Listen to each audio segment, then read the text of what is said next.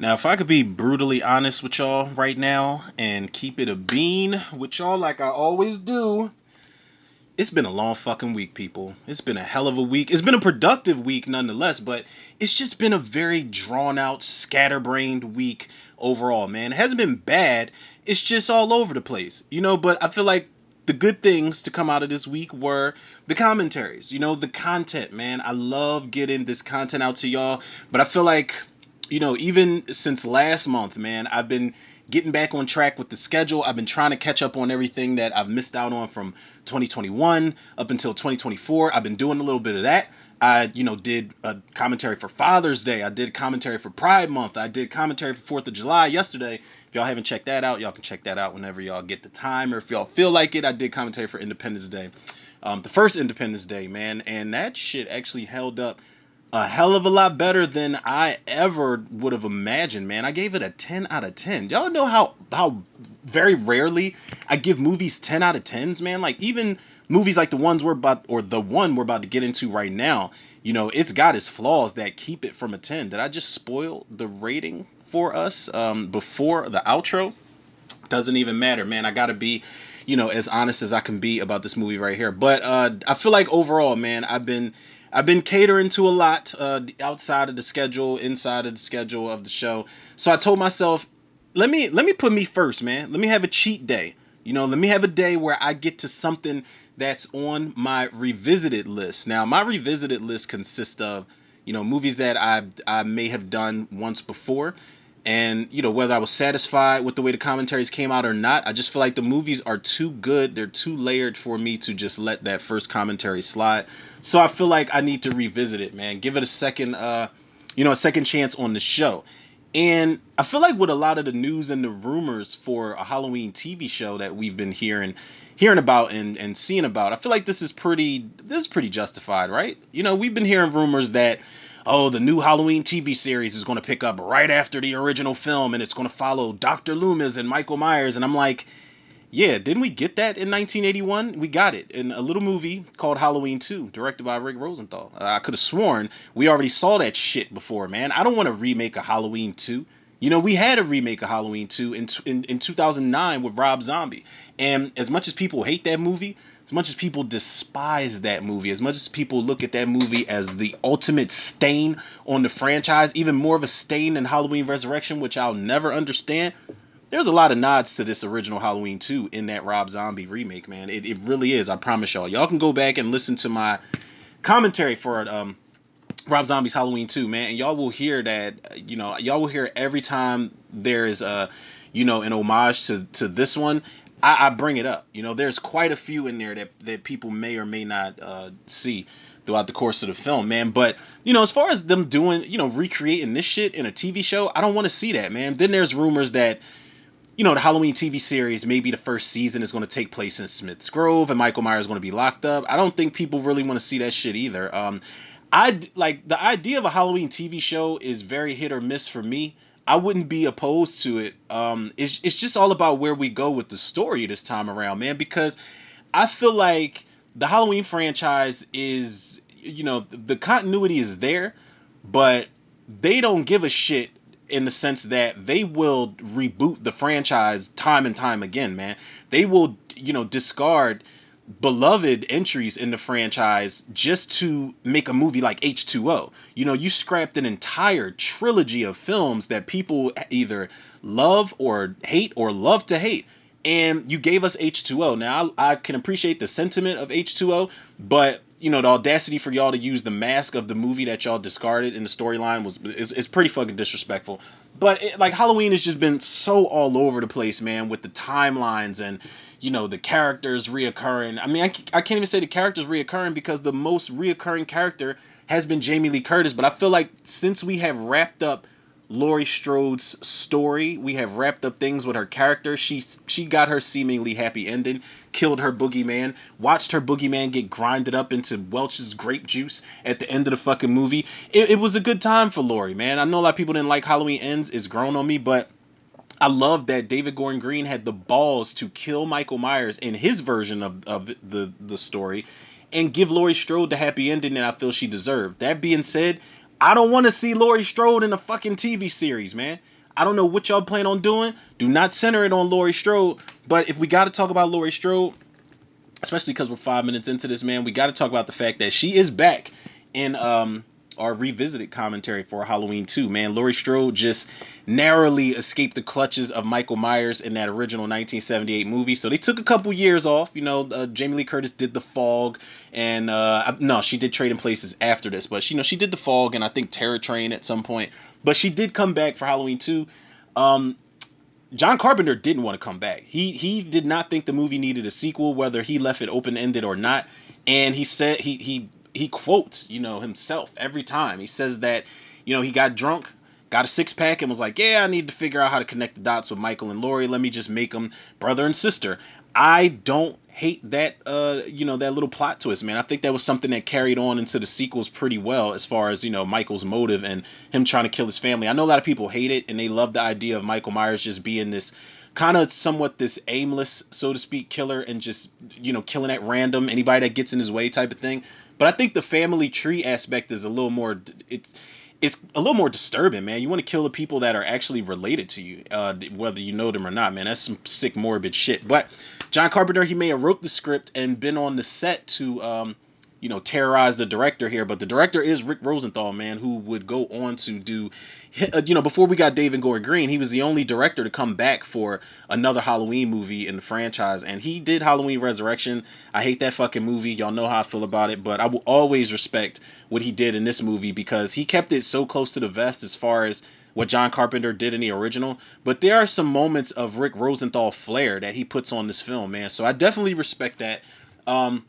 John Carpenter and Deborah Hill came back to write the script. Like I said, Jamie Lee Curtis came back. Can't have a Halloween 2 follow-up without the late and great Donald Pleasance. He is one of the highlights of this entire movie. Also coming back, we got Charles Cyphers as Lee Brackett. You got Jeffrey Kramer in here. You got Lance Guest, who plays the ultimate Stage 5 Klinger 6000. Pamela Susan Chube, Hunter Von Leer. I almost called him Hunter Von Leer. And Dick Warlock, man. First and foremost, Dick Warlock is, he is, I'm going to go as far as to say, while he's not the best Michael Myers, he is hands down the creepiest. Not the scariest, not the most brutal. He is creepy. He moves as if he is not in the driver's seat of his own body. This is the one movie where Michael Myers moves as if he can see what's happening, but he is not in control of it. Like he is just being driven by pure evil, like they said. Leo Rossi's in here. I think Leo Rossi just had a birthday recently, man. Anna Alicia, Tony Moyer, Gloria Gifford, who is fine as fuck in this movie, man, playing Mrs. Alves. But people, let's just jump into it. Y'all can tell I'm excited to get this revisited commentary out to y'all, especially because it's Halloween. Halloween, every day is Halloween on the Tutor Reviews podcast, man. Y'all, for God's sakes, Halloween Kills spoiler review. Y'all made that the most listened to episode on the show, man. And I think the Halloween Kills Intoxic commentary is it's also one of the most listened to episodes, man. So Michael Myers will continue to reign on the Tutor Reviews podcast, man. I appreciate y'all for that. But this is streaming on Vudu, people, just in case y'all are tuning in. And y'all know if y'all are tuning in, y'all are the true Tutor Reviews MVPs. There was like an extended version on YouTube, but the way that the YouTube channel broke it up, they broke it into different videos. And I don't have time to just keep editing that shit out. And I don't, if there are some little stutters here and there, I'd rather do it in a straight run through of the film instead of just, this video is 10 minutes and this video is 9 and this video is 8 and this goes back to 10. Y'all deserve so much better than that. And we're going to get into this revisited commentary for the original Halloween 2, people. I will hit the play button in 3, 2, 1. God damn, that was a long intro. Listen, if it's two things y'all know I'm going to go on rants about, it's the Halloween franchise and it's the Fast and Furious franchise. Look how I made it come full circle, because Universal logo popped up. Fast and Furious franchise is what? It's not Mr. Sandman, it's Universal. They had cut me off before I had a chance to fix these goddamn speakers. There we go.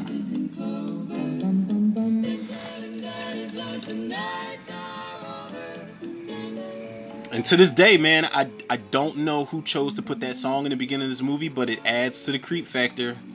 It works.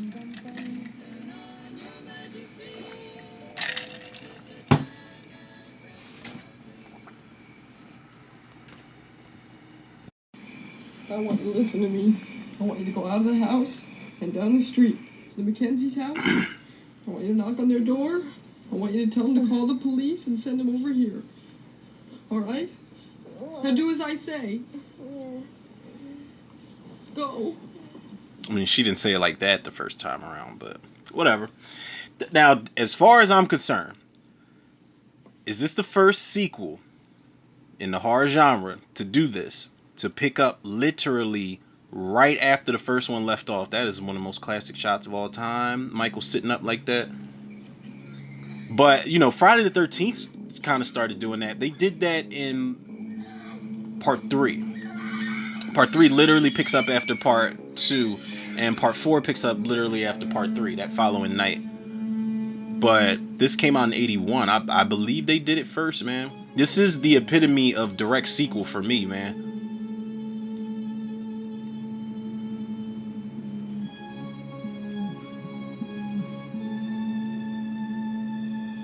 And right away, we know the score has changed up. You know, we've gone from 70s piano keys to 80s synth.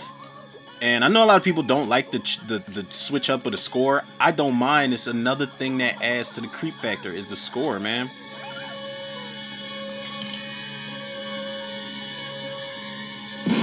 Now, I wonder why they didn't show Michael's face this time around. Played by punk ass Tony Moran in the first, but when he's unmasked, he's Tony Moran.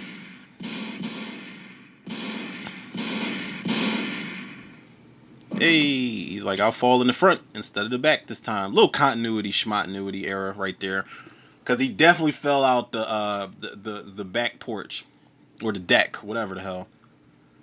But I've always thought that they didn't show his face in this opening because it had been a couple years since the first one. Maybe they didn't want us to be so familiar as to what Michael Myers looked like when he got his mask taken off. I don't know. This is all theorizing, people. Everything that y'all about to hear is going to be the same thing I did the first time around as far as theories. Like, I got so many like, it's so many like different theories for this franchise as a whole that I've got. Donald Pleasance, man. Not only is he's got a very distinctive look as an actor, or had as an actor, God rest his soul, but his outfit became iconic. And if it wasn't what was underneath, it was that trench coat. That's a great shot. He's looking like, this motherfucker bleeds, but he don't die. He's like, oh hell no. Look how confused he is. I don't know if he's confused, scared, but he's probably a little bit of everything right now. Police! Tell the sheriff I shot him. Who? Tell him he's still on the loose. Is this some kind of joke? I've been trick-or-treated to death tonight. You don't know what death is. Is that, or is that not one of the best lines and needle drops in any horror movie? I love how he looked up. I feel like he didn't want to leave Lori, but he's like, look, girl, I got to go, man. My patient is on the loose again.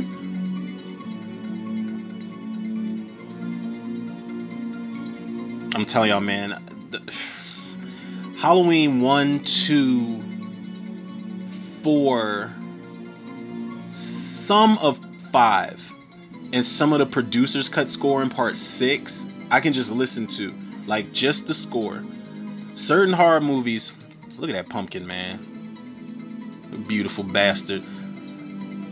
Some scores, let me ask y'all out there. Are there some horror movie scores that y'all just listen to? Because I got a YouTube playlist of horror movie scores that I may just listen to in the headphones. Night of the Living Dead. The original Night of the Living Dead score I may listen to. The remake score I may listen to. Urban Legends got some scores. Harry Manfredini's got some scores I listen to in Friday the 13th. I want to say the Urban Legend score bits I got in my playlist, I think that's Christopher Young, the guy that did the Hellraiser music. I'm not sure. Not all the way sure of all the facts.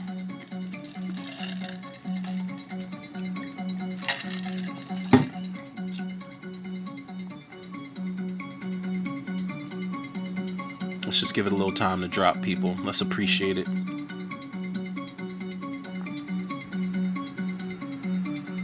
There it is.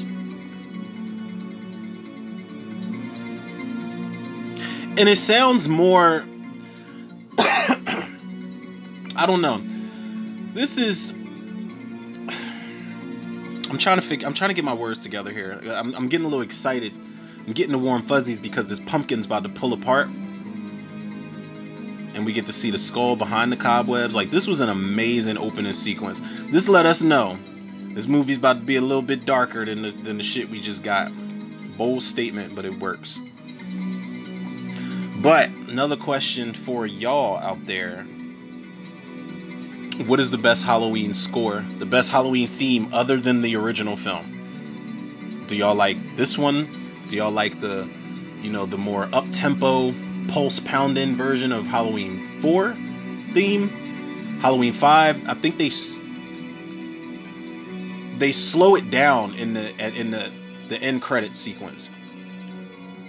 It's very sad the way that they do it in at the end of Halloween 5. Halloween 6, I don't remember much of the score. I know that the Halloween theme in H2O is awful. No disrespect to John Ottoman, he's a really great composer, and he also directed Urban Legend's Final Cut, and I love that movie. I plan on doing that movie in September for Back to School edition. But the score, the Halloween theme they play in the opening of H2O is god awful. Is one of the worst.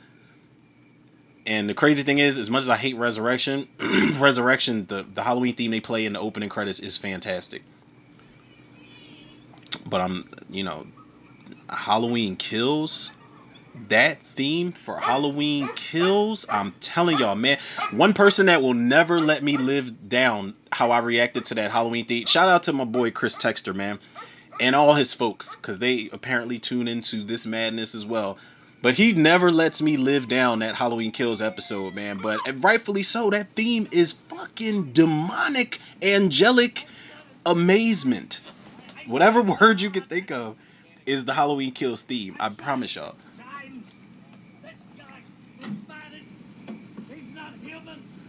He's like, yeah, you told me back at the house, man. Just get in. Like, imagine if Loomis was just drunk throughout the whole movie. And what if Michael was just, I don't know, what if he was just an innocent guy who was being framed? I don't know. I love that we get this recreated POV stalk sequence. It opens how the first movie did. Well, after the credits, I mean. How about mustard? I don't want no goddamn mustard on my sandwich. I love that pumpkin too. And obviously, you can't. Anybody on Halloween that does not watch Night of the Living Dead, why are you doing this to yourself? Because you gotta have. I got the warm fuzzies again. Greatest movie of all time. Rest in peace. Shout out to George A. Romero. Police in Haddonfield have just made the grisly discovery of 3 bodies in the upstairs bedrooms of this house. It appears that the murders took place sometime early this evening. Authorities have confirmed that all 3 of the victims are teenagers. 2 girls. That shot right there also let us know it's going to be a bloodier movie. That was more blood than the whole last movie had as a whole. He is now believed to be at large in Haddonfield. This is Michael's like, oh shit, I gotta get the fuck out of here. Michael's like, I done made headline news. Look at me. But even the reporter, what's his name, Robert Mundy, he's like, yeah, I don't even know why I'm still here reporting this, because I'm scared shitless. They're coming for you, Barbara. Stop it! You're acting Like a child.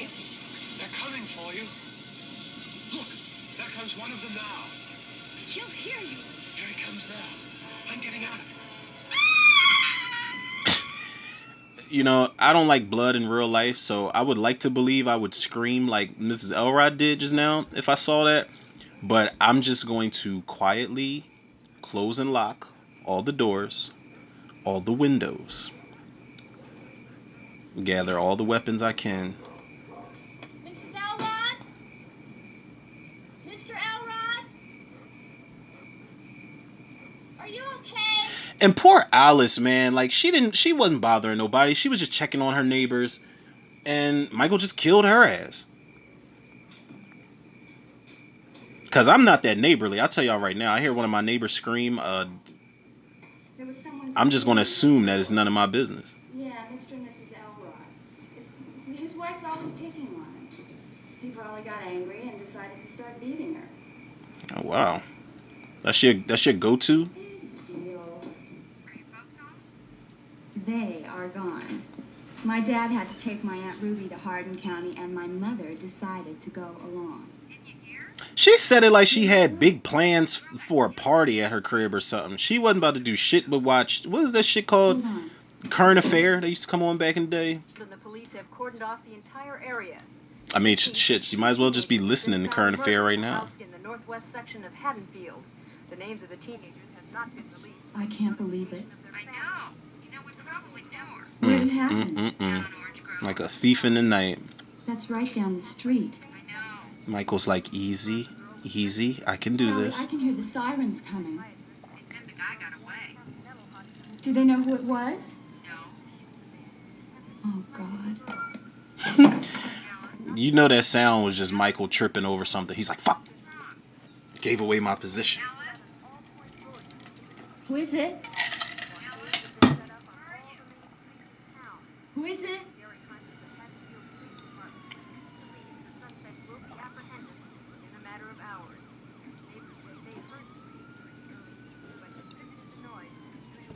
Hey.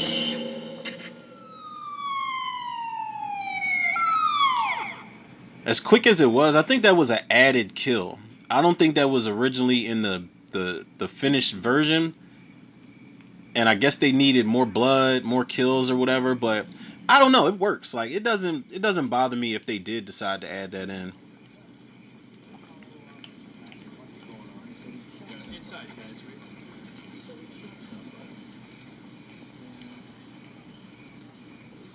One thing I will always give this franchise credit, man. One thing that's always been consistent when the storylines have not are those Haddonfield police officer jackets, man. Those jackets they're always the same. Every movie. It's the little things I appreciate. I might get a little PTSD doing the revisited version of this, people. It's not that I was scared when I was in the hospital a couple months back. It wasn't scary. I think the idea of me getting surgery was the scariest thing, and whether I was going to be able to walk again or not, all that other shit. But there was that thought in the back of my mind in that hospital late at night, like, what if somebody did come in here with the white mask on, and I would have been asked out. At least Lori could limp away. I could not walk, y'all. I had to learn to walk again. They put braces on my legs.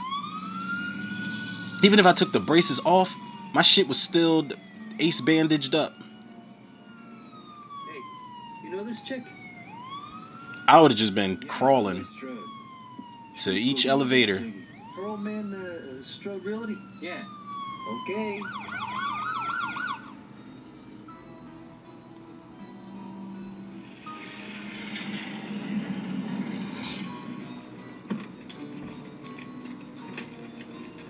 I had never put this together until a couple years ago that this is Ty Mitchell, this kid that has got the razor blade in his mouth. He was he was Adrian Barbeau's son in The Fog the year prior to this movie. Oh, God. Oh, here, just put it up there real gently. Oh, fuck, he's got, oh, look at that shit. That shit's stuck in his fucking mouth. It's stuck in his gums, yo. You gotta be a sick bastard to put razor blades in kids' candy, man. That, another thing, people consider that to be the darkest moment in this movie. And I understand why, man.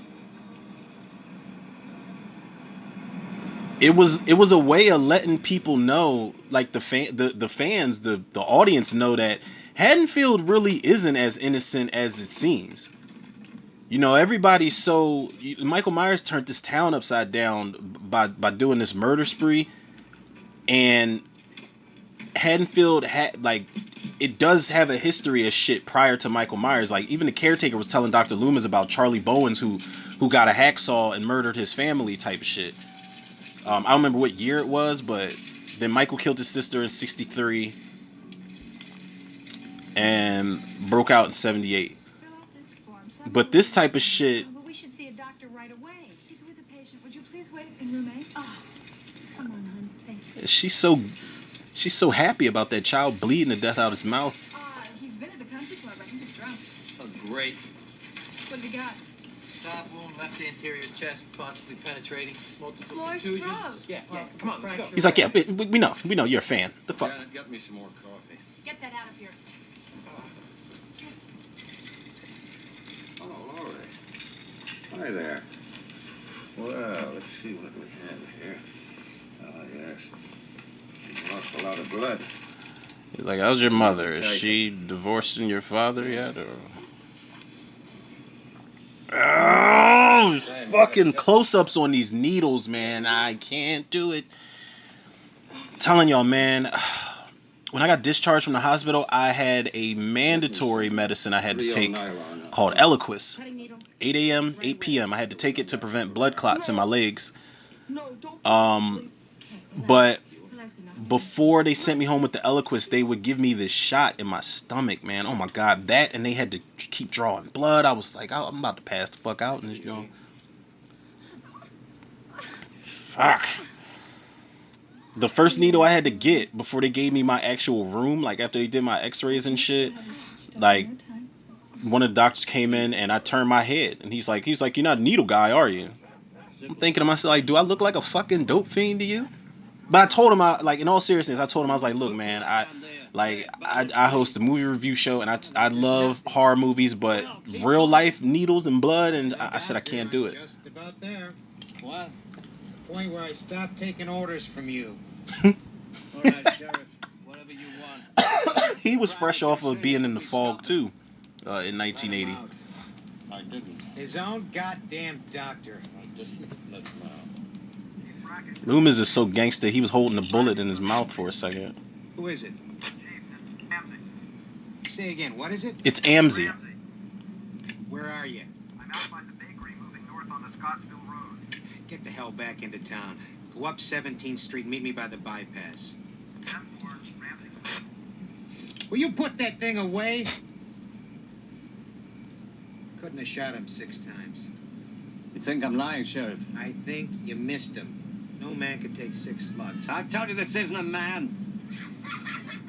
Look out! He's like, are those kids having fun? Over there, look. Yo, Ben Tramer was drinking that corn liquor. You see how slow he was moving? Not even Michael moves that fucking slow. He's like, oh.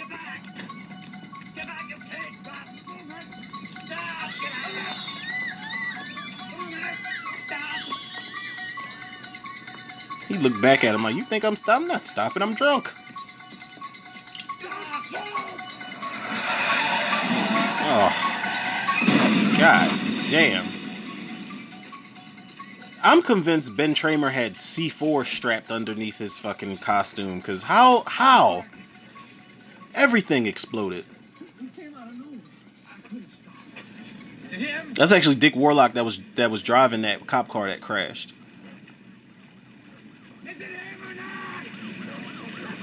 Dick Warlock does make actual appearances where he's not playing a serial killer under a mask. He was that's him right there. He was in Pumpkinhead, the original Pumpkinhead. He's actually in Halloween 3, if I'm not mistaken. I always feel like he sang that.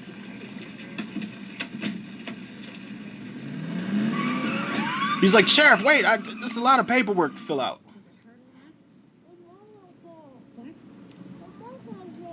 Sweetie, I can't understand it. Look, it'll be... His mom's an asshole, because you know that boy can't talk.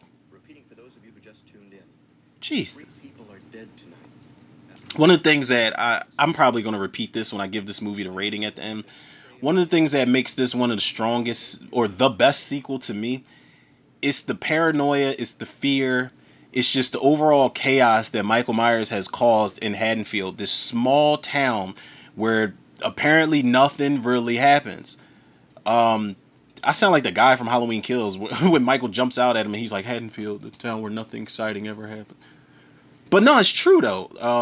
But you got people, running the streets chasing people that they think are Michael Myers. Somebody was killed because of it. There's all these news reports, and people are like just, they go to the Myers house to destroy it. It's so much pandemonium in this small town just caused by this guy who used to live in town.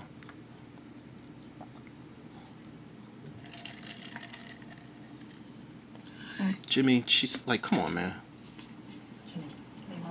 What scares me even more is the fact that I feel like he would have kept going even if she didn't wake up.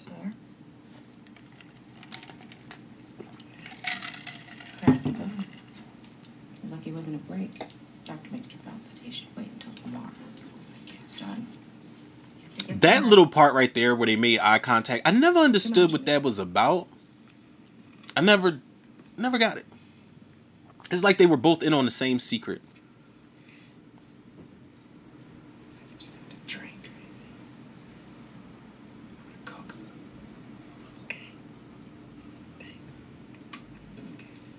Come on, Jimmy, we've got to roll. Another call coming. Okay. Get you that Coke later. Out. Yes, ma'am.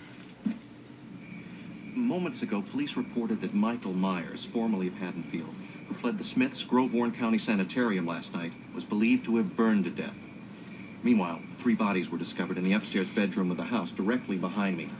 Identification of the God damn, they all were in the same bedroom, weren't they? That's Dana Carvey, people.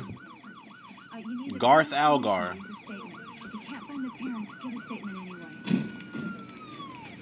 If you can't find their parents, get a statement anyway. Fuck you, lady.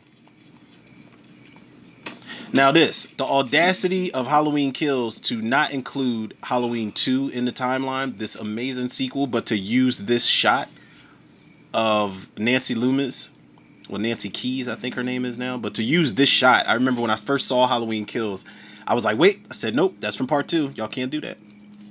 It's dishonest. Oh, you blinked. You're not dead. She blinked, yo.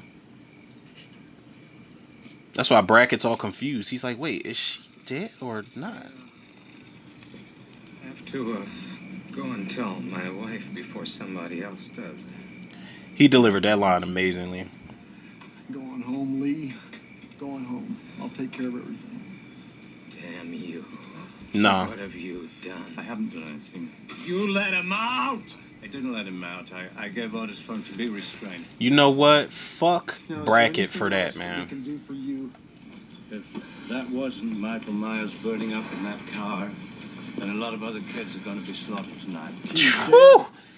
Leave it to Loomis, man, to give you the coldest delivered lines, man. Until I'm certain he's dead. You're talking about him like he's some kind of animal. Would you keep him back? He was my patient for 15 years. He did not want to be on TMZ. Until I realized that there was nothing within him, neither conscience nor reason, that wasn't even remotely human. An hour ago, I stood up and fired 6 shots into him. He just got up and walked away. I am talking about the real possibility that he is still out there. Where'd they take the body? Coroner's office. Get a dentist to meet me there in half an hour. I love that they had Donald Pleasance for much longer than they did on the original set. Because I think they only had him for like a couple days or so in the first movie, but they had him for much longer. He gets to deliver more lines and not, I guess, feel like there are time constraints. He gets to interact more with the characters. He gets to have more, even if they're short-lived, he gets to have more moments with Jamie Lee Curtis. Oh, you gotta use water so you can use one. I'm never going to another Halloween party as long as I live, especially not at Stevie Mathis' house. And of course now I'm gonna be late. Oh, you gotta drive me home first. Oh, Dorsey, I don't have time. Well, you gotta. Oh, can't you ask Eddie Lee? She's like, Eddie Lee is dead. What are you talking about? Oh, it's 5 minutes to your house, another 5 minutes back to the hospital. Mrs. Alves is gonna kill me. You shouldn't have picked me up. The fuck? I know I did. Yeah. Be the good friend you know you are.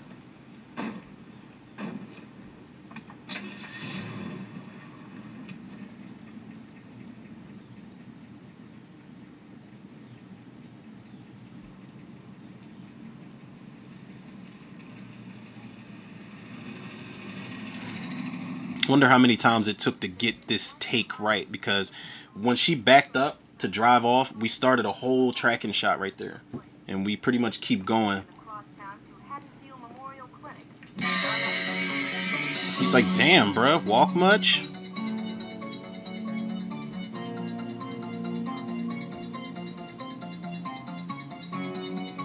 But that was another great needle drop. It was another great moment overall, like to let us know, oh shit, Michael definitely is still alive.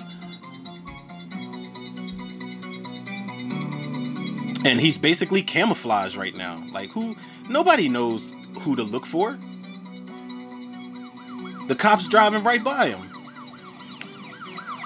He had a little bit of cover fire because he walked underneath that tree, but this is why Michael, you know, pacing and timing is everything.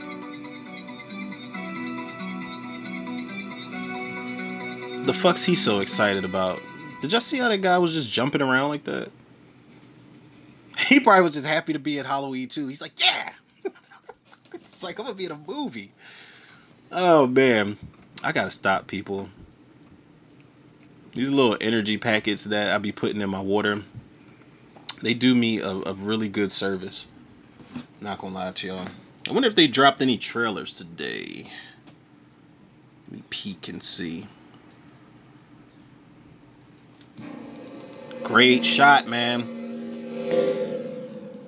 In the aftermath of the killings, the streets between Chestnut and 10th are jammed with people and cars. Repeating that these streets are Chestnut and 10th. They're just jammed with both people and... They just dropped a new poster for the Crow reboot with Bill Skarsgård. People are going to destroy this movie when it comes out. I, for one, am going to... I'm going to be optimistic. I had some big problems with the trailer, and I had some problems the more that I went back and looked at the trailer. But come on, man. Like, I feel like we got to take into consideration the fact that The Crow's been all over the place. Will it be better than City of Angels? I don't know. Will it be better than Salvation? It better be. Salvation's not good, but it ain't as bad as it should be with Eric Mabius playing the Crow. It's not bad. Decent cast. It's just not good. Will it be better than Wicker Prayer? It better be. Will it be better than The Crow Stairway to Heaven? It's definitely got more money.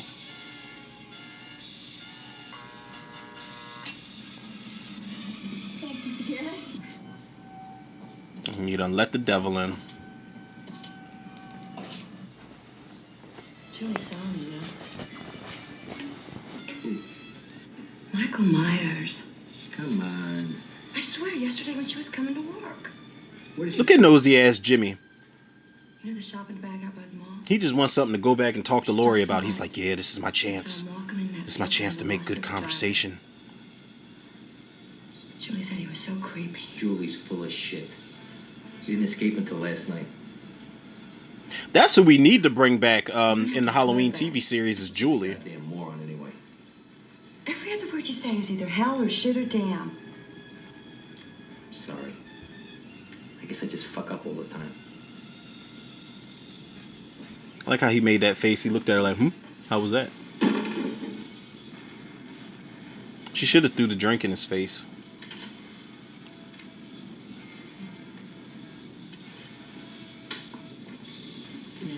Hi. You're late. Yeah, I know. I've got to get on the ward. Hi, Jimmy. And let's forget the fact, for a second, let's forget the fact that Haddonfield Memorial Hospital is one of the most fucking ghost vacant hospitals we've ever seen in a movie. They got a staff of like 6 and a patient count of like 2. But every character that's a staff member has their little moment, whether it's small or what. We know who everybody is. Why don't you just shut up, all right?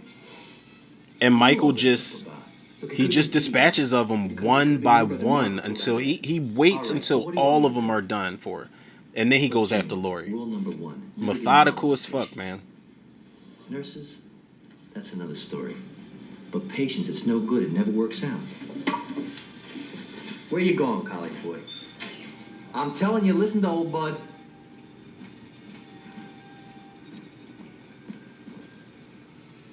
He did walk down that hall having a tantrum.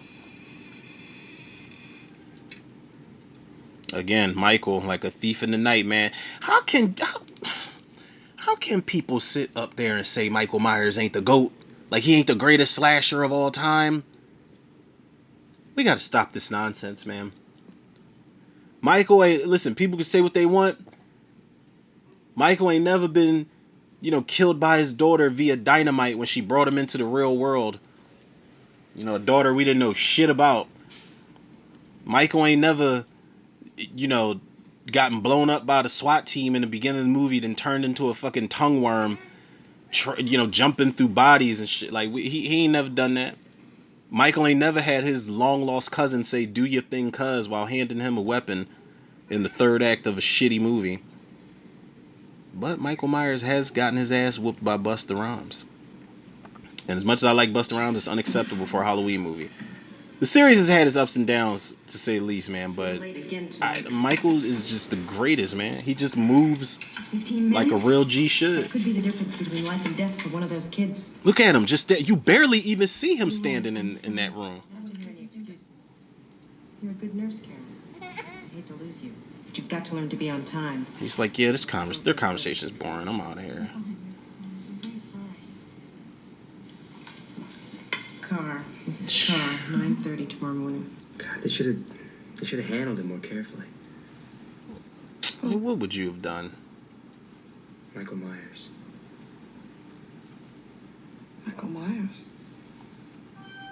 Yeah, he was the guy that was after you. When you look at where the series has been since this movie, especially with Jamie Lee Curtis' character, this is an important scene. Because this is the first that she hears of Michael Myers.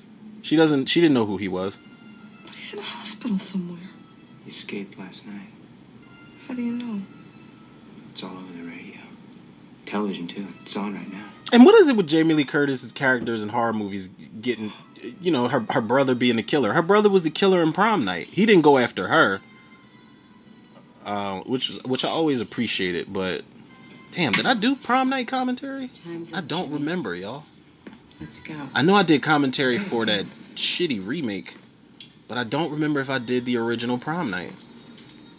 No, you won't. Visiting hours are definitely over. Yes, ma'am. Listen, just tell me what you want me to do. You can't live without him. Where you want me to go. How's that shoulder feel? Better? I'm sorry, man. It's something about Mrs. Alves I've always ever. I did this. I talked about Mrs. Alves when I was doing those segments on TikTok called Black Jones and Horror. Do you have any idea where else they might And Mrs. Alves was one of the Black Jones and Horror that I talked about. And it's always been something about Miss Alves that has been insanely attractive. I just, like, ever since I was a kid, I'm just like, I don't know what it is about this lady. She's mean. She's an authoritative figure. Janet? Like, my God, woman, just boss everybody around and tell everybody what to do. Right now. She's at the other end of the hall. Janet. See? It's Mrs. Alves. You would think that Mrs. Alves was like the HBIC in there. Nothing for you to worry about. Just get some rest right now. I'll let you know as soon as we get a hold of your parents. And then she'll go from bossing people around, and then she'll have like little sweet moments like that. Like she's like, I'll let you know as soon as we get a hold of your parents. And then she'll go right in the next room like, Janet, get that shit the fuck out of here. It's a perfect balance a woman needs, man. I don't know why this part always scared me as a kid too. When she looks and sees that the phone isn't working, and then she hears like the branches scratching against the I'm gonna go check a pool. You wait here and I'll call you. I have to get back on the floor. It'll take me 5 minutes. But I don't even know how to use this thing. He didn't give a shit about what she was saying.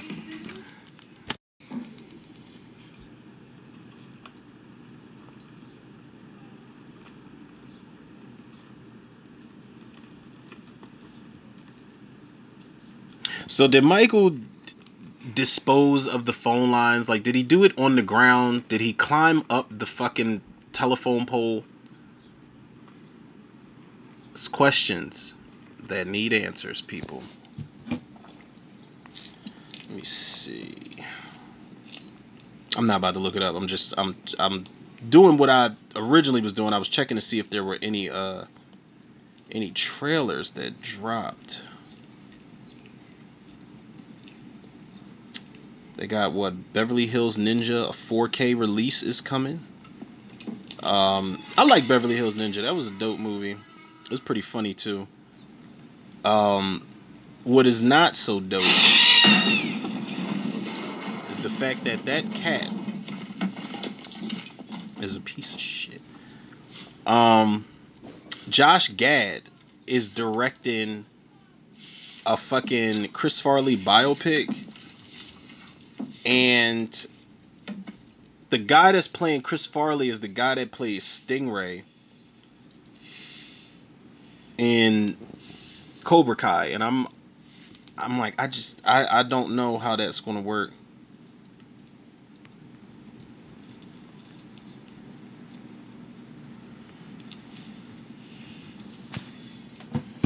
I just don't know, man. Chris Farley is one of those people. Making a biopic for Chris Farley is very dangerous, man. Because Chris Farley's just got. I mean, you could say that about a whole bunch of people that were famous that have gotten biopics, or they're trying to get biopics off the ground. I mean, they're trying to get a Hulk Hogan biopic off the ground. They're trying to get. I think Chris Hemsworth's supposed to play Hulk Hogan. They were trying to get Dave Franco to play Vanilla Ice in a biopic, which I'm sorry, I watch it. I'll watch it. I want to know if Suge Knight really dangled him out a window or not. I need to know. But Chris Farley, man, I think like I'm not even gonna say you really got to go into a dark place to portray him on screen, but you look at Chris Farley's interviews and just the way that he carries himself with all of that energy, it's unmatched. So to try to recreate that, I don't know. I mean, I do like that guy from Cobra Kai. We'll see. We'll see what happens, man. I just don't like Josh Gad. Like, why you gonna put the fucking hands of a Chris Farley biopic or why would you put a Chris Farley biopic in the hands of someone like Josh Gad? Is what I meant to say. Y'all know what I meant to say. I think somebody broke into the storeroom.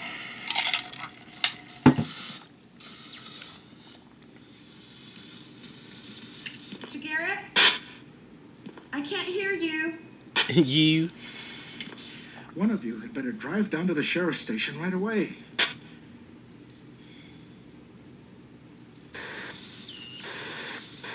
Mr. Garrett, how do you work this thing? Janet! He's the worst security guard in life. Because I'm not doing all that. I promise y'all I'm not doing all that. You think I'm first of all, the cat scaring me half to death? That's it.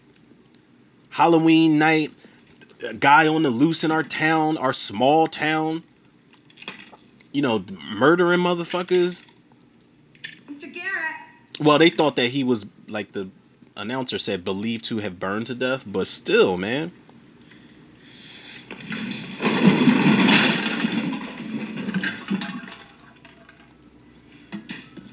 He's looking at those boxes like, yeah, you better run. He's the worst. Y'all hear that outside my window?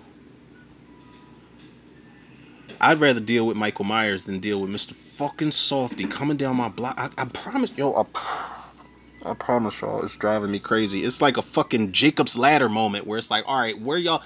Who's sending y'all? Who's in on it?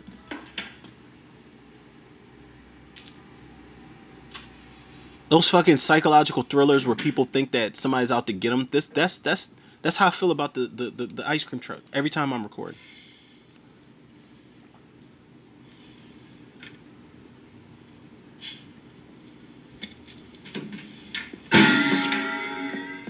Yeah, God. Well, I mean, luckily he's okay because he only hit the metal plate in his head. Hello?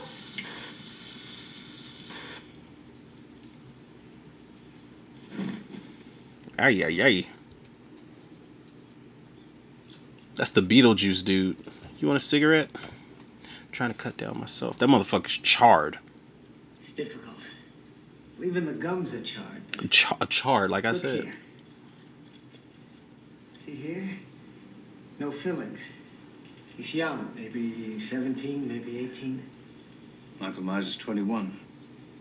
Positive ID means we check x-rays and dental records. It'll take hours. No other way to know for sure. I'm sorry. We haven't got hours. Listen to me. We've got to assume that Michael Myers is still alive.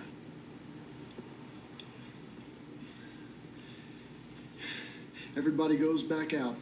We just close it up. I want to sweep from Chestnut south to the bypass. I love how Loomis looks at Hunt.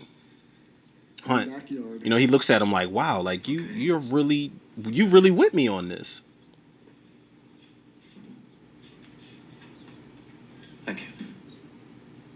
Hunt was such a stand-up guy, man.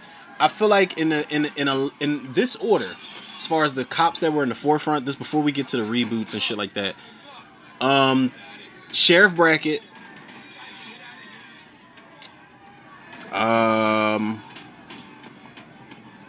Deputy Hunt, just because he was alongside Donald Pleasance. What's his name? Hawkins. Sheriff Brackett's last. Sheriff Brackett's definitely last.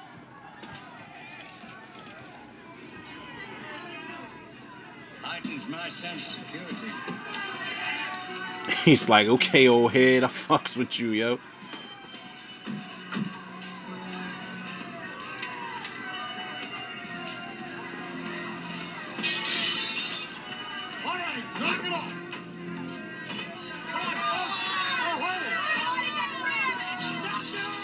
That was sad that the parents were consoling their kids. Like, they probably knew somebody that got murdered.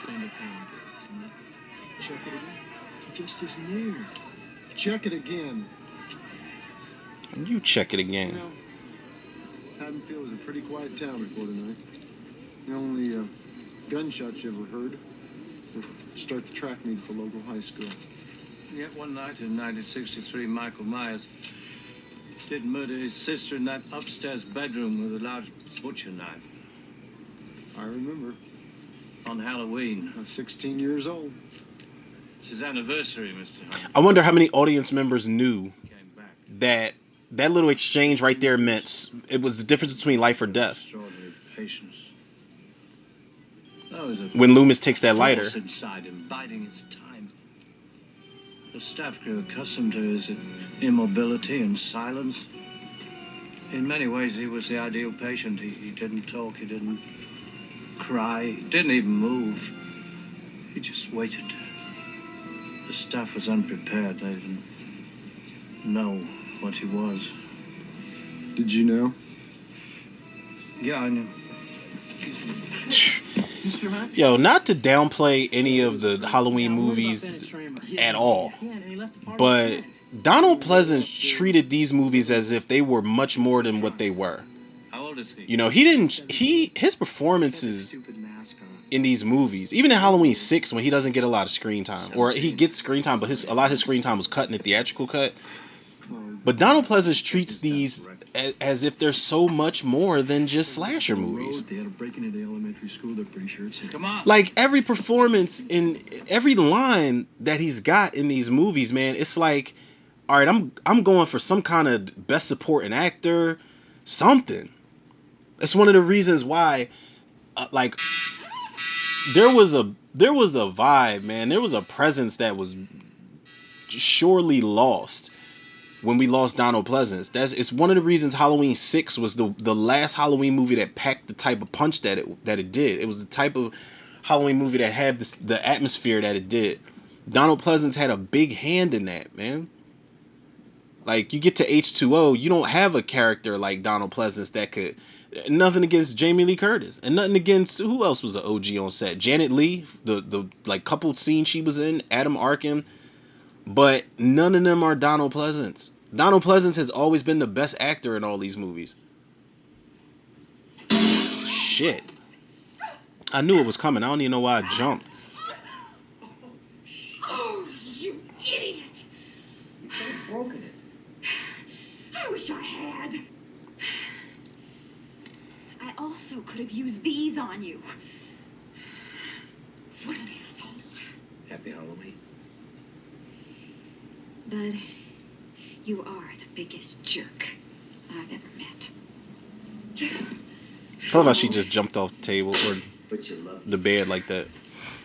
Yeah. I'm an idiot. But you love me. I say that shit to my girl all the time. I mean, I always ask. I'll be like, yep, you still love me? Let's go down to the third room. Bud's finger needs a little bit of therapy. I can't leave the kids right now. Well, everybody's all weirded out tonight. All this Michael Myers crap. I just want... He just got poontang on the brain. Sound like should have been a Cypress Hill song. Very smooth, bud. Very smooth. But that shit right there is what got y'all asses killed. Therapy room's 3 doors down. She's like, yeah, I know. I work here too. I suppose if we left the door open, we could hear somebody was coming, or one of the kids started to cry. No, I've got to check it out first. 15 minutes. If everything's okay. You're wasting time. Get the fuck out of here.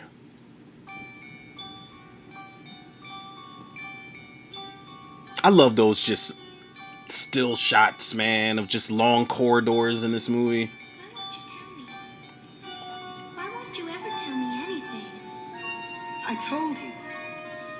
I'm not your mother. Well, damn, lady. This is some flair Rick Rosenthal put on here. This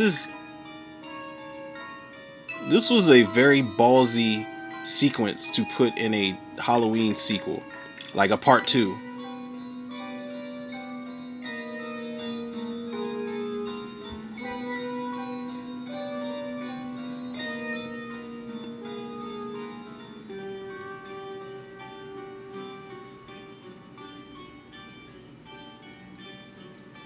So that medication, whatever they gave her, was trying to let her know what was going on. And that was a creepy ass actor that played Michael. The way he turned around like that, I don't know, was that the same kid that they got to play Michael in the first movie? Because they brought him back. They did reshoots for the TV version when they were filming this. And there's a moment where Dr. Loomis in the original movie, the TV version, where Dr. Loomis has the board meeting before Michael breaks out, or years before Michael breaks out, and he they deny whatever he's asking, and he goes in the room and he's like, you fooled them, haven't you, Michael, but not me. And they've got the same kid in that room playing Michael Myers, but I don't know if that was the same kid that was in Laurie's dream. But Pamela Susan Shoop and her 2 best friends have definitely distracted this commentary, people.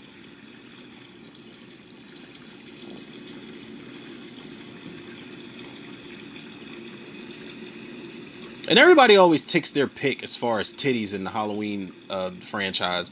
I'm pretty sure the majority vote over the years has always been Kathleen Kinmont from Halloween 4. And I think Pamela Susan Shoop's always been a close second. But you don't normally get a lot of just bare titties in Halloween. You got them in the first movie with PJ Souls. You get it in this scene right here, Pamela Susan Shoop. Part 4. Part 3, I don't even remember. It was kind of weird anyway, because Tom Atkins was sleeping with that chick who he didn't even know how the hell old she was. She probably just got out of school. I'm not kidding. It's too hot in here now, But Halloween 4 had Kathleen Kinmont. And she doesn't go full topless, but you get the idea. And then part 5 had oh my god, what's her name? Gotcha. Tamara Glenn, I think her name is. But they didn't really show her like completely topless. Her shit was hanging on for dear life when Spitz got killed. And in part 6 you had Mariah O'Brien. She goes topless. And I don't think we had titties after that. Oh no, you did. You had a bunch of titties in the Rob Zombie movies.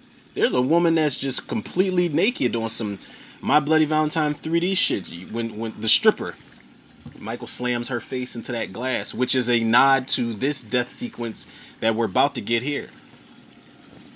At least I think so.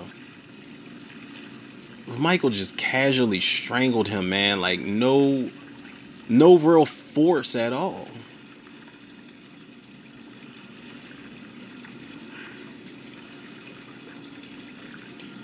And she just gave up. Like, okay, you agreed to come, and she's like, it can get cold in here. And then he's out of the room for like 2 seconds, and then you're already like, yeah, I gotta get out of here. Well, you know what? I'm tripping. They are at work. That was a great shot of Michael, the way he rose up like that. The mask looked great in that shot. Forget it, Bud. I have to go back to work.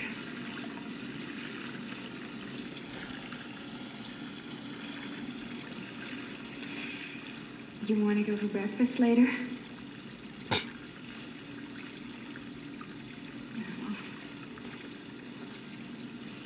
She's biting and licking all types of blood and murder off his fingers. Just have to get back, that's all. Michael got pissed.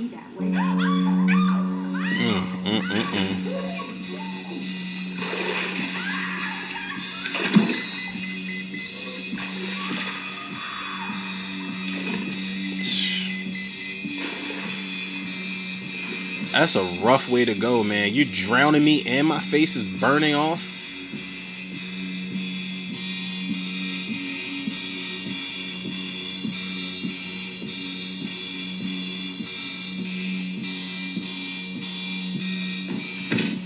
Jesus. That's one of the more vicious deaths, man. Like, as far as being painful.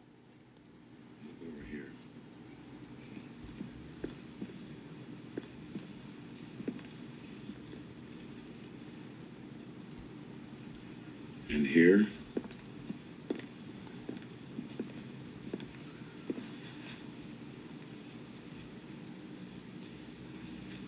Sister. Michael had a knife to spare. He just stabbed that shit in the picture and left it. No. Here.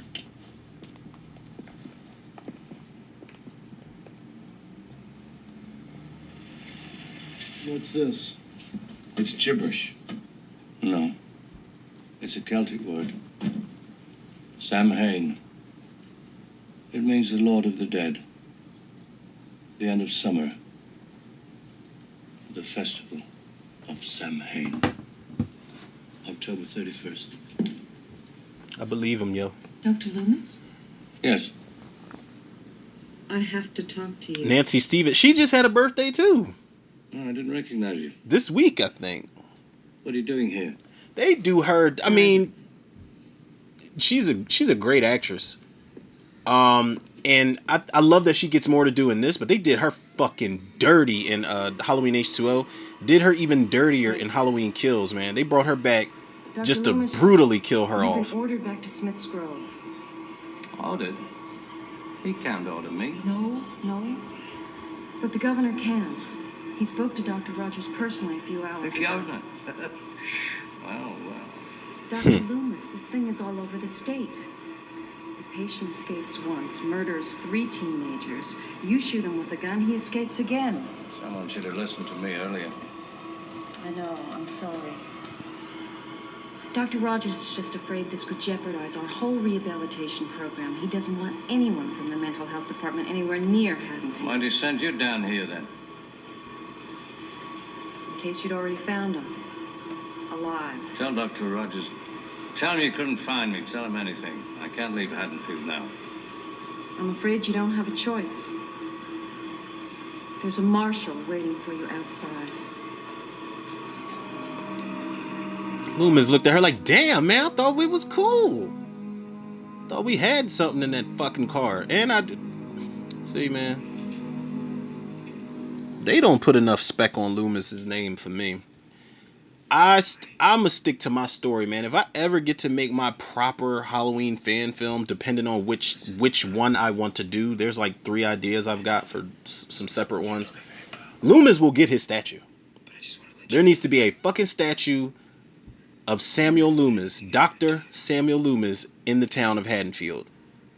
Promise. He did everything he could for y'all.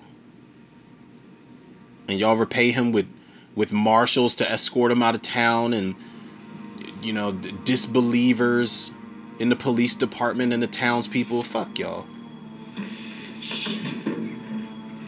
And Lori's like, this is some primo shit they gave me, man. This is some good shit.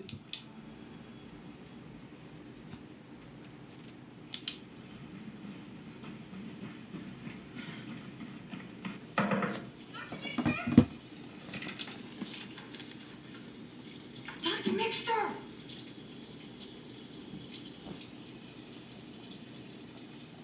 Dr. Mixter! Yeah, I'm not calling you that many times, and I'm not going to investigate, because it's only the shower. You should be able to hear. I'm not.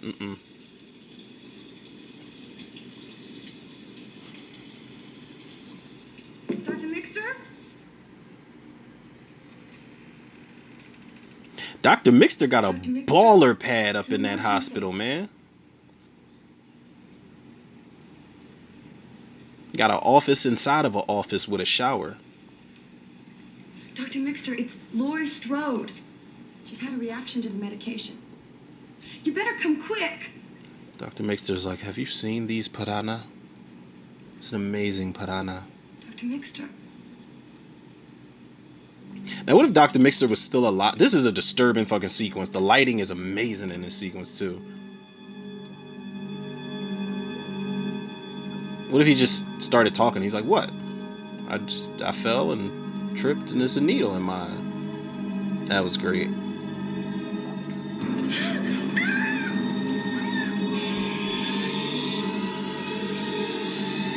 Ugh!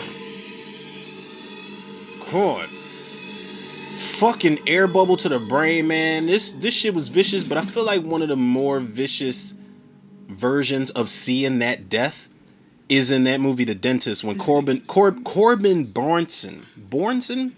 Oh my god, that's Jason Bourne. Corbin Burnson as this crazy ass dentist. If y'all haven't seen it, there's an Asian coworker he's got, and I think she's trying to get away and snitch on him or something when she finds out what he's been doing, and he injects the air bubble from the needle into her head, and she starts like shaking and her eyes roll in the back of her head. I haven't seen the movie in years. I think it's on Tubi if anybody wants to check it out. But The Dentist, Corbin Burnson, crazy, man. Like, it feels like an extension of something like Dr. Giggles, but it's nowhere near as gory and silly. I forgot who directed The Dentist. I want to say it was it Dwight Little? I want to say it was the director of Halloween 4. Let's check it out. I know Ken Foray is in it from Dawn of the Dead. And Texas Chainsaw Massacre 3 for all you Leatherface fans out there. Let me see. The Dentist movie. I really want to say Dwight Little directed this shit. Oh, I was completely wrong. It was Brian Yuzna, who did Return of the Living Dead 3. And whatever. I was wrong. Players fuck up. Oh, and Mark Ruffalo was in this shit, man. His girlfriend gets felt up at the dentist's office.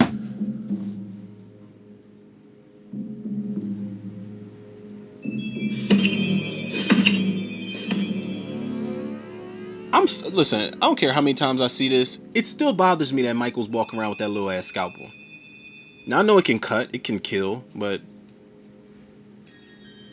Michael's like, I can't believe I fell for this shit. This is when they doing that cat and mouse sibling shit for real.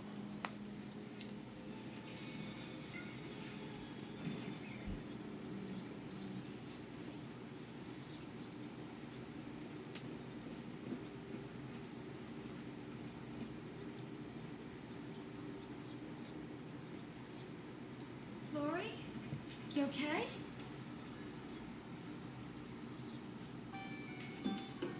At no point when I was in the hospital recently did I want to do this. I did not just want to get up and walk around. Get up and use the bathroom, sure. But this shit here, I mean, I couldn't do it if I wanted to. I'm telling y'all, man, they had me, I was using a walker. Texas Ranger. You understand? Like,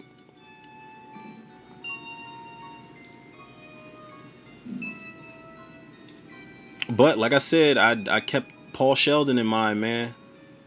Rest in peace. Shout out to James Caan. I kept Paul Sheldon in mind because I'm like, yo, my whole life I've been ready for this. I was just swinging my legs all over the damn place.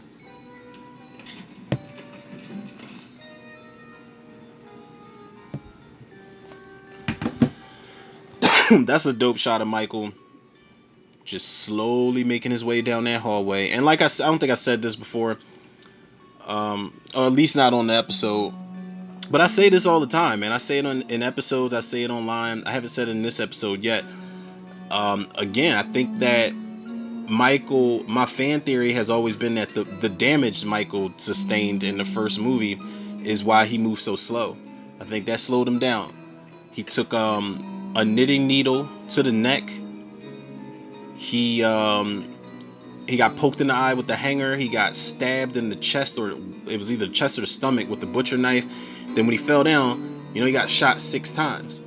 Got up and walked away. So I figure he's just like, yeah, let me take it easy this time around.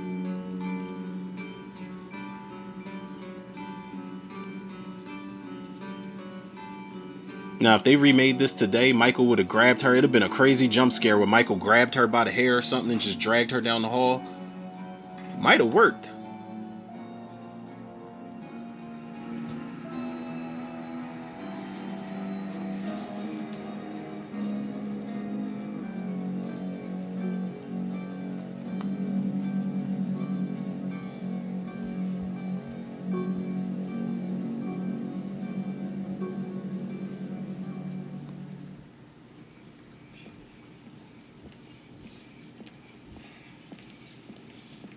Find him. Where you gonna look? I don't know.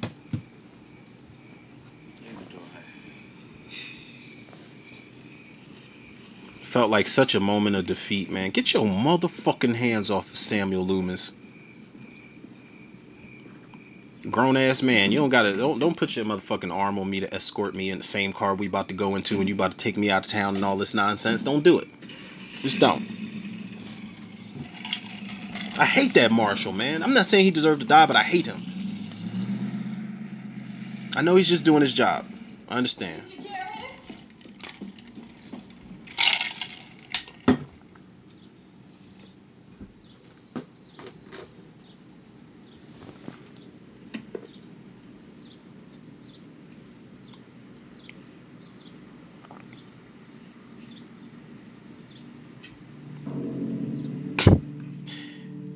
Michael's just lost at this point. He's like, maybe she's in here. If y'all have not seen the documentary for this film, I think it's called The Nightmare Isn't Over. Amazing. Great documentary, man. They let you in on so many behind the scenes moments, so many moments that they almost put in the movie.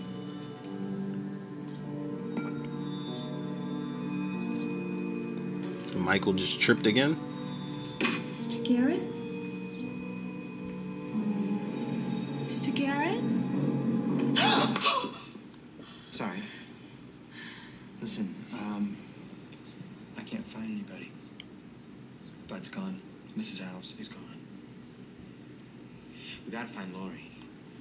All right, listen. All right, man. Like we know you're obsessed. Check the east wing again. All right. And if you don't find anybody, I want you to get into your car and drive out to the church. How do they not see him? All right. Jimmy should have been able to see Michael just standing the fuck behind a sheet, if anything. It should have been a moment where they both kind of like out the corner of their eye saw him and they kind of like had to like blink in Morse code or something and was like, yeah, he's right there, isn't he? And then they just haul ass out the hospital. Because that's what I would have done if I seen him. I don't even think I would have reacted right away. I would have just been like, who the fuck is that? And then would have hauled ass.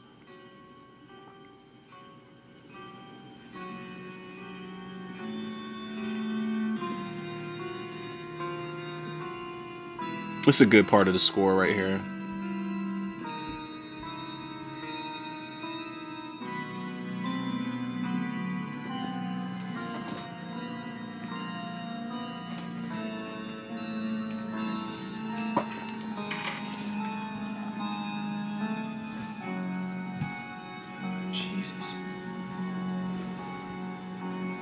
Poor Mrs. Alves.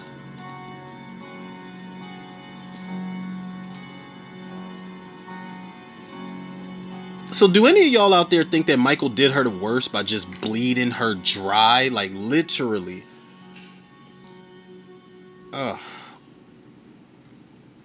And she probably was... She had to have still been alive when he did that. It's fucked up, man.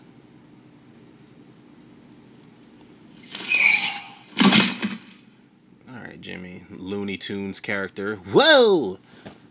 Such a clumsy dickhead. It's like, that's when you see all, you know, all that blood's on the floor. You're not gonna try to run away right away. You gotta look down and you gotta move like a squirrel in slow motion. Every step is calculated now. That's how I used to walk home from my uncle's when I was drunk, or when I used to like hit the bowl with him. I would walk home, probably like a 15-20 minute walk home fucked up, and every movement is squirrel like.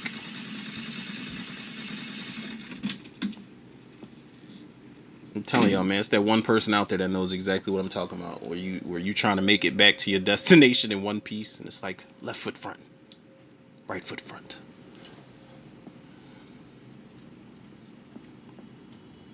This was scary too.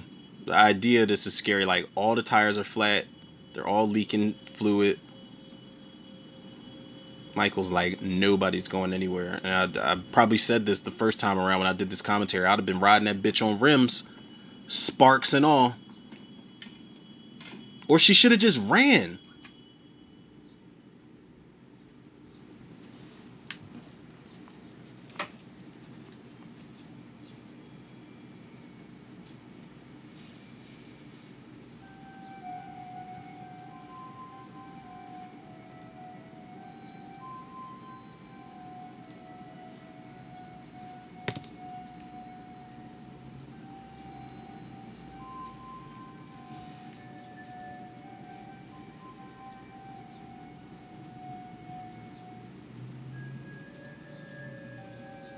Damn, sticking to the Halloween topic, it is definitely Brad Lorry's birthday today, who played Michael Myers in Halloween Resurrection. And Halloween Resurrection was directed by who? The director of this movie, Rick Rosenthal, unfortunately. But I guess we could shout out Brad Lorry. Happy birthday, you know. I think he's the worst. I think Brad Lorry's the worst Michael Myers in the franchise. That's just me. Wait, Laurie. Ooh wee. I love this scene, man. Oh my god. She's like, Laurie, I know you can't do anything, but is there somebody behind me? She tried to look behind herself. Perfect fucking need. The perfection. That's one of the best executed deaths. No, I'm sorry. That is the best executed death in the entire franchise. I know a lot of people love Bob's death and Annie and Linda. Like, everybody loves the original. But that death right there, I'm sorry, man. That might be the best death in the entire franchise. Just the way it's put together, the way the music drops, the clogs hitting the floor weren't even planned in the script. That just happened. And they decided to keep it in. God damn. Oh my god. So many things came together for this movie.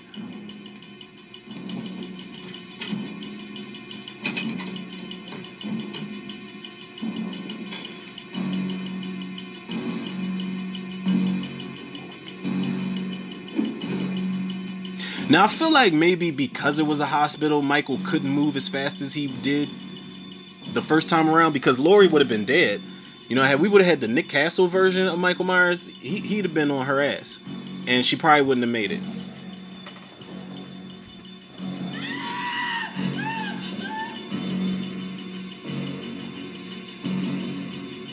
Mr. Garrett wasn't, he wasn't good at his job anyway. It's okay.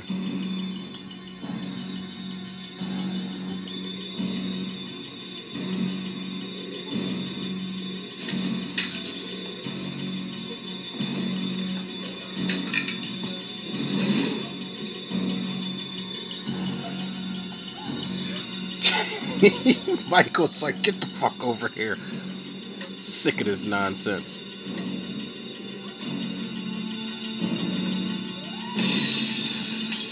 Now, if he wanted to get her, he could have. He could have cut her damn foot off.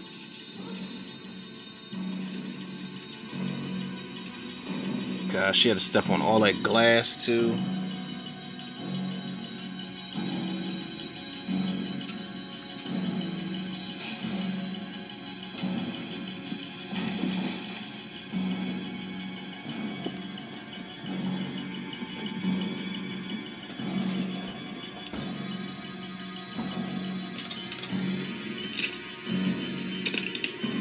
Took Michael a while to get up.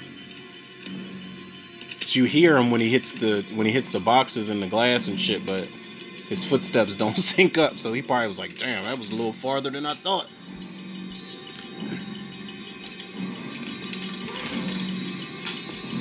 And the way he holds his scalpel, that is kind of the way that Brad Loree holds his knife throughout the course of Halloween Resurrection.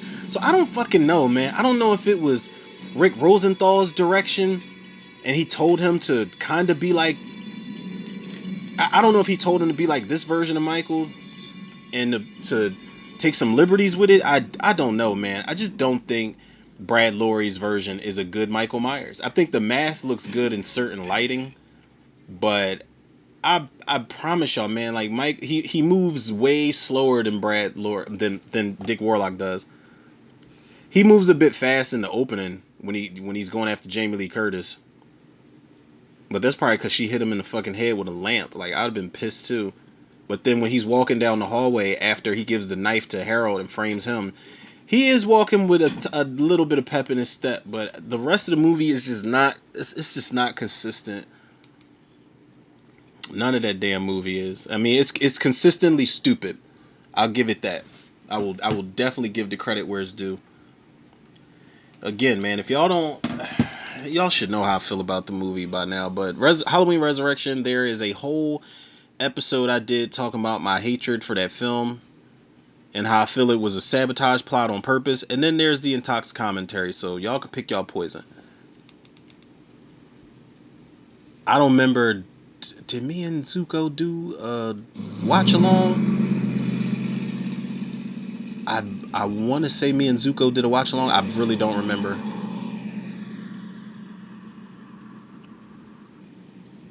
You didn't believe me, no, did you? This is another great sequence right here. I'm sorry. Don't feel sorry for me. Feel sorry for that little town back there. The years before they forgive us. Dr. Loomis, I think there's something else you should know. You see the blackboard back there in the elementary school? I'd have been like, just don't tell me, man. I can't take no more bad In order news. to appease the gods, the druid priests held fire rituals. Prisoners of war, criminals, the insane, animals were burned alive in baskets.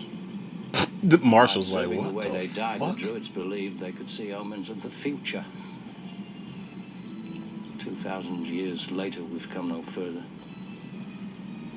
Samhain isn't evil spirits. It isn't goblins, ghosts, or witches. It's the unconscious mind. We're all afraid of the dark inside ourselves. Sheesh. Dr. Loomis, please, listen to me. There's a file on Michael Myers that nobody knew about. I've seen everything. No, it was hidden, sealed by the court after his parents were killed. Now, after the governor heard what happened tonight, he authorized Dr. Rogers to open it. I love her delivery in this moment. It isn't fair. They should have allowed you to examine everything. That girl, that Strode girl, that's Michael Myers' sister. He should have been like, what? He should have just had that fucking moment. He was too calm, man. He should have been like, why didn't you tell me this shit? Oh, man. Jesus, don't you see what he's doing here in Haddonfield? He killed one sister 15 years ago. Now he's trying to kill the other. Tonight, after I shot... It's a great plot twist, man. I'm sorry. The clinic. If you're going to do a sequel where he keeps going after Laurie Strode, that's a nice tie-in. Dr. Loomis, we're under orders from the governor. It's back on Route 17, about 3 miles. Turn this car around now. I can't do that. I've got orders. Those orders just changed. Dr. Loomis. Doctor, you're getting yourself into a lot of trouble. What does you fellas usually do? Fire a warning shot, right? Shit. I'll bust your head records. That's who we signed to. Now let's get going. Now, were they losing the light or not losing the light? Now, was it like were they losing the dark? Was it daytime? Did they film that afterwards? I don't know. It reminds me of that shot in Night of the Living Dead where Tom, Judy, and Ben are in the truck about to go get gas. And there's a moment where the truck is not moving very fast and the zombies are kind of like clinging onto it. And it looks like daytime. It looks like it's at least about to be daytime. Jimmy's like, yeah, I went out for a couple drinks with Dr. Mixter. I'm all right. Don't worry about it. It's all right. We're gonna get out of here.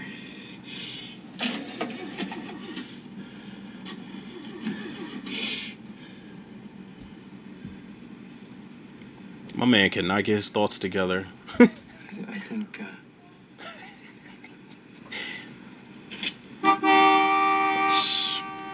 Fucking idiot. That part frustrates me every single time I see it. Cause she's like, yo, what the fuck you doing? But Jimmy got the concussion of his life, man.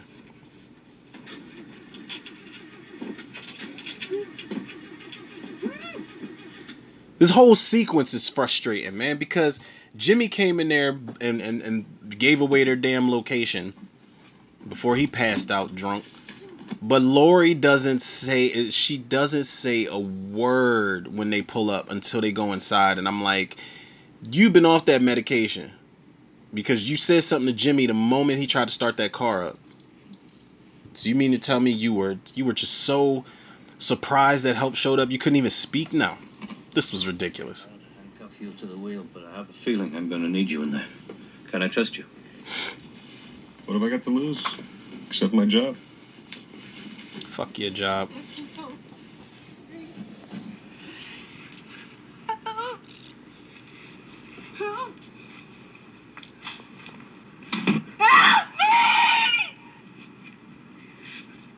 Soundproof doors too.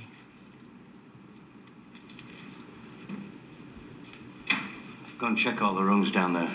Go on. Dr. Loomis. You stay with me and shut up. Before I shoot both you motherfuckers.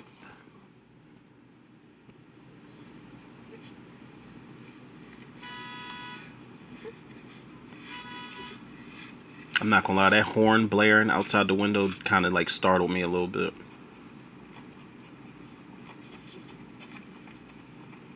Where's he at? What a great reveal for Michael Myers, yo. And that red lighting, it works every time with the mask.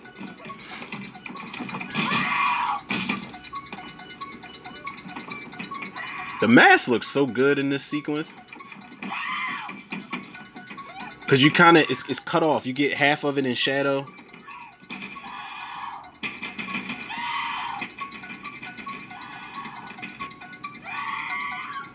I mean, did they leave the keys in the car? Cause she could have gotten the car. No, her foot's messed up. Damn it. I'm trying to give her an out here.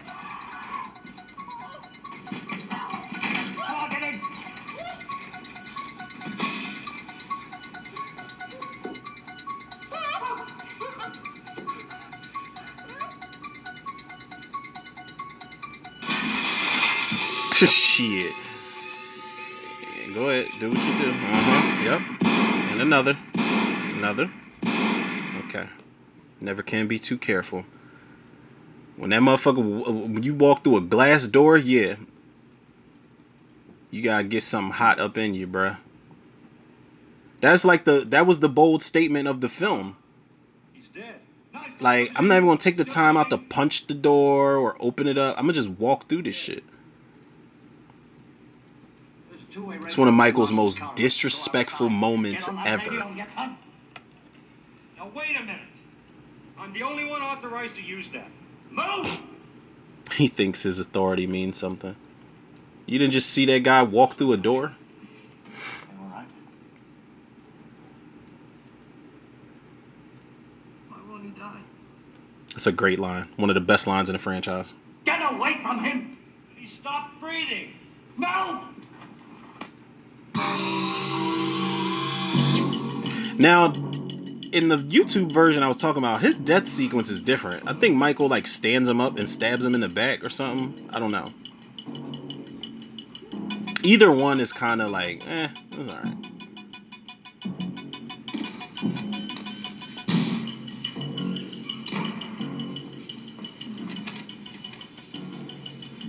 You know, it just dawned on me, why are we not shooting Michael in the head? I know the script says we can't, but god damn it. I love how Loomis looked at the gun. He's like, fuck, I don't even know what we're going to do.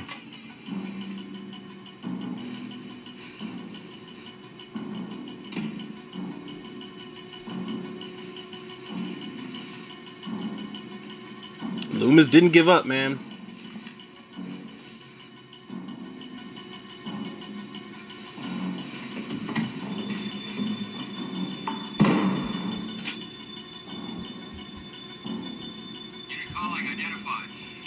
Chambers with Dr. Loomis at the clinic. He's here. 10-4, unit calling, identify suspect. Michael Myers, just get your ass over here. Identify suspect.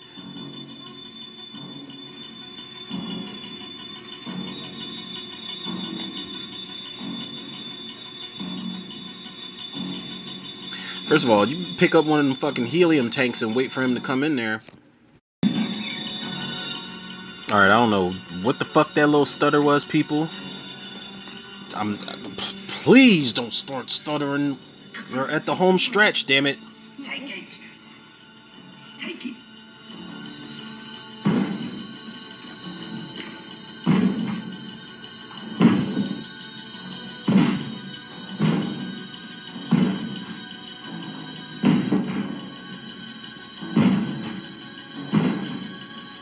Michael's like, god damn, what is this door made of?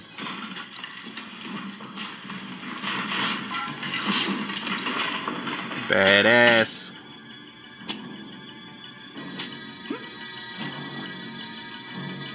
He wanted him out the way. He never killed Loomis, man, and I think that was intentional. I think he always just wounded Loomis enough to get him out the way. He's like, and now, sister dear, this is the time where I would be monologuing, but I can't speak, but you know. The mask looks great right here, man. Can't see the eyes, which is a big fucking problem in this movie for me. I mean, when you can see the eyes is the big problem.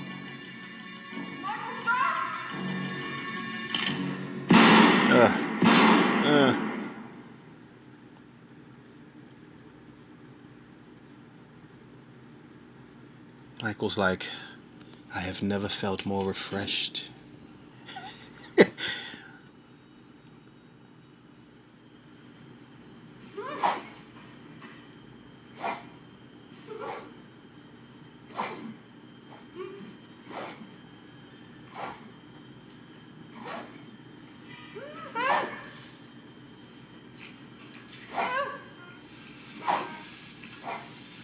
I was about to say it would help if she wasn't making all that damn noise, but I probably would have been screaming too. Just inches away from my face with a scalpel.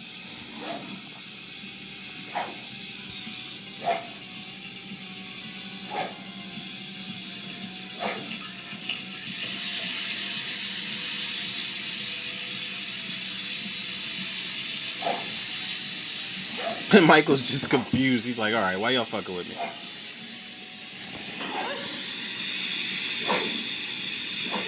Now, all that gas in that room, like, it's no surprise they're all not high right now.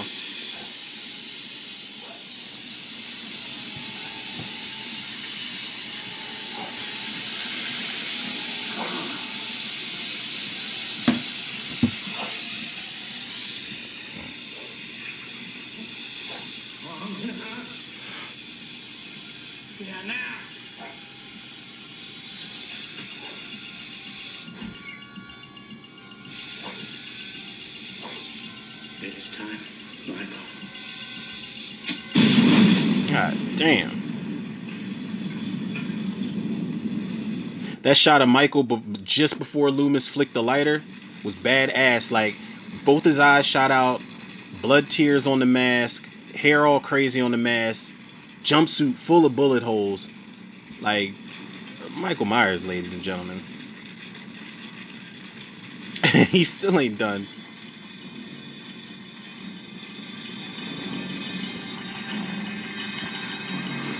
He's like, Laurie, I think you went this way. I'm gonna try to get there. Does he still have the scalpel in his hand?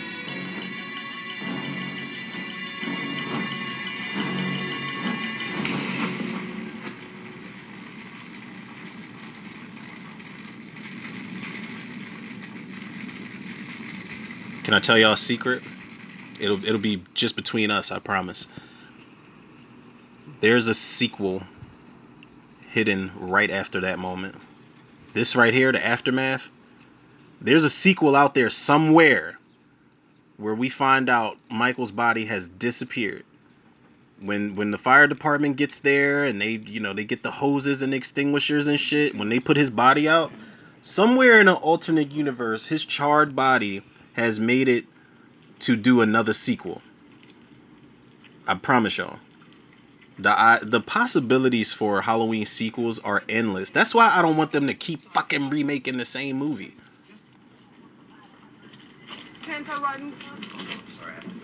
It's like, hell no. I don't want you up front with me. He might, if he comes back, that's the first place he gonna come for.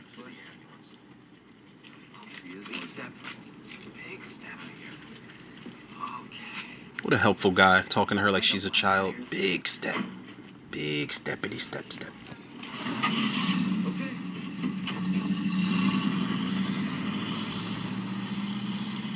I love how foggy it is in Haddonfield that next morning.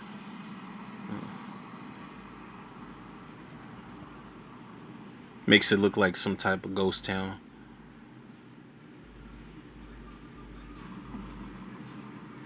Laurie, she's over it at this point. She's like, look, just take me home. Where are her fucking parents at, man? Laurie Strode has the worst parents in horror movie history. Her parents are worse than the Elm Street parents, to be honest. Because where the fuck were y'all when she was going through all of this nonsense? Body count rose, people dead. Laurie done, almost died again. And y'all were at the same country club Dr. Mixter was at getting drunk. But you know what, people? We survived Halloween 1981. Well, Halloween 2 1981. We survived the revisited commentary, man. This was as fun as it always is, man. But what makes it more fun is getting the commentary out to y'all, man. This is a 9.5 out of 10. Can't remember what I gave it last time. I'm almost sure I gave it something along the lines of this, but I'm gonna give it a 9.5 out of 10. This is still, for me, the best sequel in the franchise. If you play Halloween 1 and Halloween 2 back to back, you will not be disappointed. I mean, if you're a John Carpenter purist, a Deborah Hill purist of that first film and the way that it looks overall, then yeah, you'll find the continuity errors like me that I'm about to get to. The continuity errors are something that keeps this from a 10, because I feel like how airtight that first film was, even through the little bit of flaws that it had, I think the continuity errors were easy to spot and easy to fix. Michael Myers going out the front this time around instead of going out the back when he gets shot off the ledge, that's an easy fix. Michael Myers, both his eye holes being completely visible, no eye damage from the hanger that Laurie did, even when we saw him unmasked, that's an easy fix. It's small things in this movie that a producer or even the director, for that matter, should have seen. Even John Carpenter, you wrote the fucking script, you disown the movie you think is terrible, you should know the little flaws that this film has that shouldn't have carried on from the or carried on into this movie that the first film didn't have. But it's still a 9.5 out of 10 nonetheless, man. One of the things that also keep it from a 10 is the fact that some sequences do go on a little long. The sequence with Mr. Garrett, it goes on a bit long, and we really didn't need a stalk sequence with a character nobody really gave a fuck about and was just obviously going to get murked off. There are certain sequences that are just drawn out here. I love this. I still love that it's a slow burn, slow pace type of movie. But we could have scaled it down just a little bit and maybe put some other things in place of that. The fact that Laurie, our final girl, has become a bit of a catatonic throughout a lot of this movie, it does kind of bother me because she's like the ultimate final girl for me. So it was a stretch, not a stretch, but it was a switch rather. Seeing her just, just pretty laid back and unconscious for a lot of the movie, in and out of consciousness for the most part, man. But I do think that adds to the creep factor, man. So if I can get to the pluses, Dick Warlock's amazing as Michael Myers in here. Like I said it before, I'll say it again, man. He is the only Michael Myers that moves as if his body is driven by pure evil, and his conscience can't really do shit about it, or lack thereof. It's just the way Dick Warlock moves, man. And they gave him elevator shoes to make him look a bit taller because he was a little shorter, slightly stockier than Nick Castle. But I think it adds to the fact that every version of Michael Myers is different, and Dick Warlock's definitely has always stood out for me. One of my favorites. Donald Pleasance is absolutely fantastic in this movie. Like I said, I love that we got to have him more on set, which meant more dialogue, more sequences, more interaction with other characters, more of his presence being felt. I think this might be Donald Pleasance's best performance in the franchise. I can't say the first one and be biased because he's not on screen as much. This movie, we get a lot of Donald Pleasance here, and we do get a lot of them in part 4, but I don't know. The fact that this is the better movie for me, I think that this is the better performance for Donald Pleasance, man. He's a guy that can never be, I was about to say he can never be duplicated on screen, but clearly Halloween Kills had other plans, and they had a really good actor play him. I can't remember the guy's name, but big shout out to him. But Donald Pleasance was something that these movies needed, man. It was the yin to Michael Myers' yang that was always necessary in these movies, even when he's going after Jamie Lee Curtis or going after Danielle Harris or going after Paul Rudd and Marion Hagen. I feel like him and Michael Myers are, they always have to have their tit for tat moments. He always has to talk about Michael Myers like like he's a universal movie monster, and as if almost as if Dr. Loomis is like a Van Helsing type of fucking character or something like that. So Donald Pleasance will forever be missed, man. The franchise has not been the same without you. Charles Cyphers coming back was great. He has that great moment where he's like, I have to tell my wife before somebody else does, but he still does the same old shit that he did in the first movie where he just doesn't believe Loomis, but then when he finally sees shit hit the fan, you blame Loomis for what happened. The supporting cast here is good, man. There's not a bad performance in this movie, man. Lance Guest, Pamela Susan Shoop, Hunter Von Leer is pretty good here. Leo Rossi, Gloria Gifford. I'm not even going to get on Gloria Gifford. Y'all already know how I feel about Ms. Owls. Tony Moyer, Anna Alicia. Everybody's good here. And shout out to Ford Rainey, who played Dr. Mixter, and Cliff Emmett, who played Mr. Garrett. Can't forget about Nancy Stevens. Nancy Stevens, I do like that they brought her back, and there's a lot more dialogue with her. There's more interaction than just a car conversation with her and Dr. Loomis. They still have to have a car conversation. I feel like that was necessary, and she delivered the twist reveal, which I don't mind for this movie. I know a lot of people hate that shit, but like I said, I think Michael Myers hunting his family down is like, wow, it's something really dangerous and unsettling about that idea, man. But David Gordon Green had other plans, man. He said, fuck Halloween 2, man. We're taking it back to when Michael Myers was just killing people at random and this, that, and other. But, man, this is the epitome of the direct sequel, man. Like, I think that they did this before Friday the 13th did it. I really believe that before Friday the 13th 3 picked up from the last movie, Halloween 2 was the first one to do it, man. And if not, somebody out there, send it in, man. Correct me if I'm wrong, but this was, this is like how you do a direct sequel, man. You pick up moments after. And another thing before I close this 9.5 out of 10 film out, I feel like I have to say again that one of the things that makes this movie the best sequel in the franchise is how Haddonfield is affected the night of. It's not years after Michael Myers' reign of terror in Haddonfield. It's the night of, where we're getting news reports and radio reports and, people in the streets. It's word of mouth. This is the first time we see in the Halloween franchise that people are getting their stories mixed up. She's like, yeah, Julie saw him. He was walking behind the field in the Lost River Drive-In. It's almost like getting the Candyman, the folklore story, the backstory on Candyman wrong. and just generation after generation are passing down the wrong story.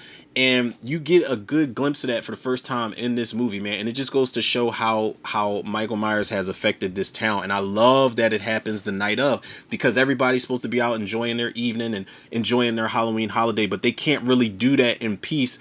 Even the most naive people in the movie, they can't really do it in peace, because as you see, Bud is naive to and gullible to everything. He's trying to get some ass. But even what's her name, Janet, Karen, even Karen, Nurse Karen is kind of like shaken up about the news of Michael Myers and everything that's been going on, man. So you can't even have the hospital staff on the same page with everything that's going on, man, because everybody's running up to each other. Yo, did you hear this? Did you hear that? And to make matters worse, the topper is one of the victims of Michael Myers is in their hospital. So it puts them on edge even more, and it just adds to the tension of the movie. It adds to the paranoia. Did I say the paranoia?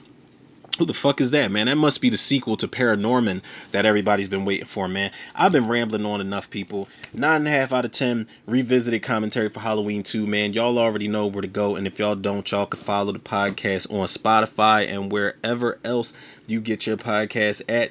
Shout out to Spotify for podcasters. Follow me on Facebook, Instagram, and TikTok, Romero Tutor. Shout out to the Facebook movie group, the Cinemaniacs. And last but certainly not least, shout out to the Tutor reviewers, the listeners, the lovers, the supporters out there. Like I said 18,000 times, but again, it has been a jam-packed week all over the place.